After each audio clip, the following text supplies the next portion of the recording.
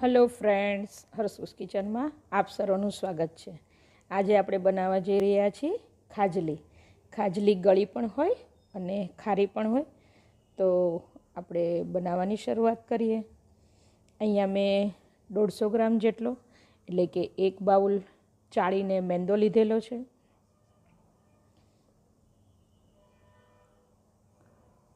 મેંદાની અંદર જ હું 2 ચમચી ઘી નાખું છું। એકલા ઘીથી પણ બનાવી શકાય, પણ હું અહીંયા તેલ અને ઘી બંનેનો ઉપયોગ કરું છું। 1 ચમચી જેટલું તેલ, સ્વાદ અનુસાર મીઠું,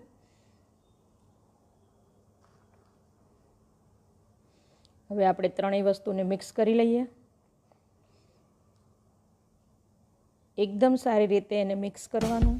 જેટલું મણ વ્યવસ્થિત નાખેલું હશે, મણ આપણું જેટલું જ સારી રીતે હશે એટલી જ આપણી ખાજલી સારી બને છે। અહીંયા મેં નવશેકું પાણી લીધેલું છે। થોડું થોડું પાણી ઉમેરતા જઈશું, કારણ કે એકી સાથે પાણી નાખીશું તો આપણો લોટ ઢીલો પણ થઈ જાય। આપણે લોટને પરોઠા જેવો બાંધવાનો છે, એટલે થોડું થોડું પાણી ઉમેરી અને લોટને તૈયાર કરી દઈએ।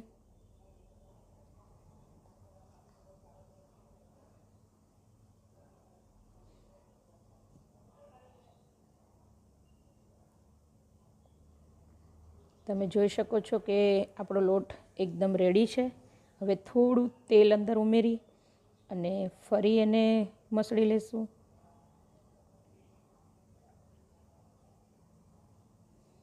લોટ આપણો એકદમ સરસ રીતે રેડી છે।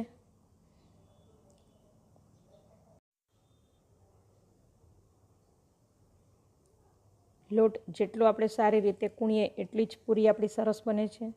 હવે આપણે એને 10 મિનિટ માટે રેસ્ટ આપીએ। તમે જોઈ શકો છો કે 10 મિનિટ પછી આપણો લોટ એકદમ સ્મૂધ થઈ ગયો છે। ફરી એને થોડુંક મસળી એના લુવા બનાવી લઈએ। આ ખાજલીમાં આપણે મોટા રોટલા વણવાના છે, એટલે એક જ સાઈઝના આપણે લુવા બનાવીશું।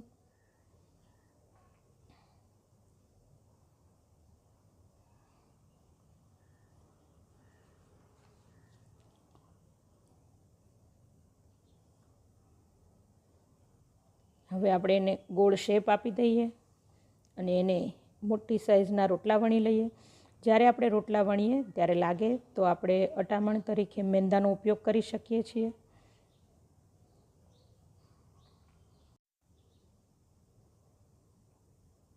એકદમ મોટી સાઈઝનો તમે જોઈ શકો છો કે નથી જાડો અથવા તો પતલો એવો રોટલો રેડી છે। પ્લેટમાં લઈએ, એના ઉપર થોડો જ મેંદાનો છંટકાર કરીશું, કારણ કે એના ઉપર આપણે બીજો જે રોટલો મૂકીએ એ ચોંટે નહીં। આ જ રીતે આપણે બીજો રોટલો પણ વણીએ।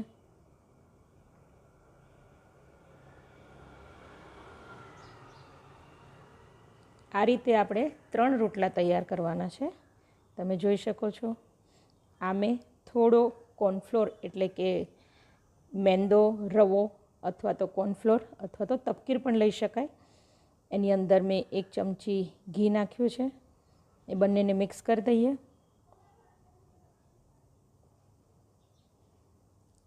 અને આપણે જે બનાવેલો રોટલો છે એના ઉપર એનું પાતળું લેયર લગાડીશું। એક સરખું બધી જગ્યાએ આવે એ રીતે આપણે લગાવવાનું। ફરી એના ઉપર આપણે બીજો રોટલો મૂકી દઈએ।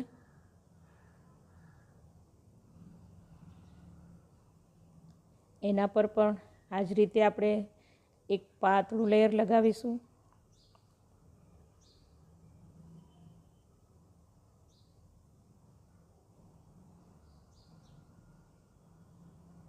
ત્રીજો રોટલો પણ મૂકી દઈએ, એના પર પણ એક પાતળું લેયર લગાવીએ।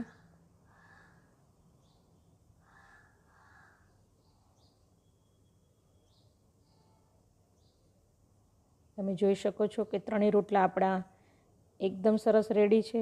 હવે એનો રોલ વાળી લીધો। રોલ એકદમ હળવા હાથે વાળવા। રોલના આપણે છરી વડે કાપા પાડી દઈએ, એટલે કે એના જેવડી સાઈઝના આપણે લુવા જોઈએ એટલી સાઈઝના આપણે કાપીશું।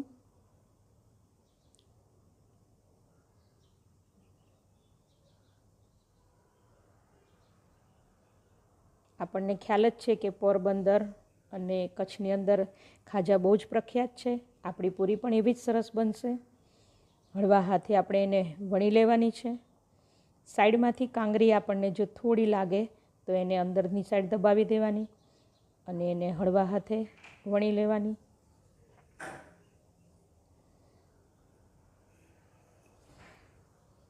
આ રીતે આપણે બીજી પૂરી પણ તૈયાર કરી દઈએ અને તેલ ગરમ થવા પણ મૂકી દઈશું.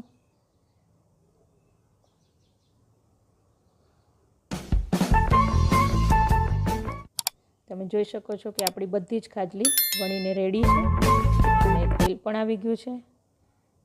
તેલ પહેલાં ફાસ્ટ ફ્લેમ પર રાખવાનું અને અંદર ઉમેરી દીધા પછી એને થોડું ધીમો તાપે કરવાની, કારણ કે ખાજલી જેટલી ગુલાબી કલર એટલે કે કડક થાય એટલી જ ટેસ્ટમાં સારી લાગે છે. એને એક બીજી બાજુ પણ ફેરવી લેશું અને ધીમા તાપે એને એકદમ લાલ થાય ત્યાં સુધી તળવા દેવાની.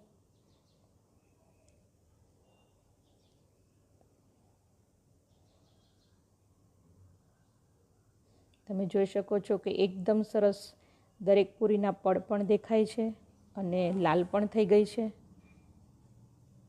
આ જ રીતે આપણે બાકીની પણ ખાજલી બધી જ રેડી કરી દઈશું.